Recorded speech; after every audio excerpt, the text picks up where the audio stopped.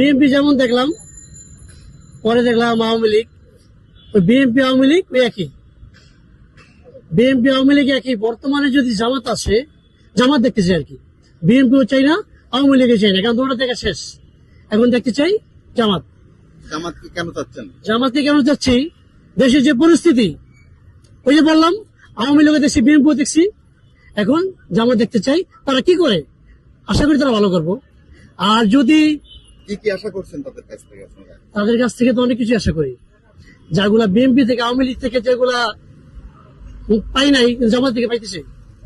যেমন অনেক কিছু, যেমন দেশ তো দুর্নীতিতে ভরে গেছে, এই দুর্নীতি চাই না। তারপরে আপনার এরকম অনেক কিছু আছে, বললে কিন্তু শেষ হবে না।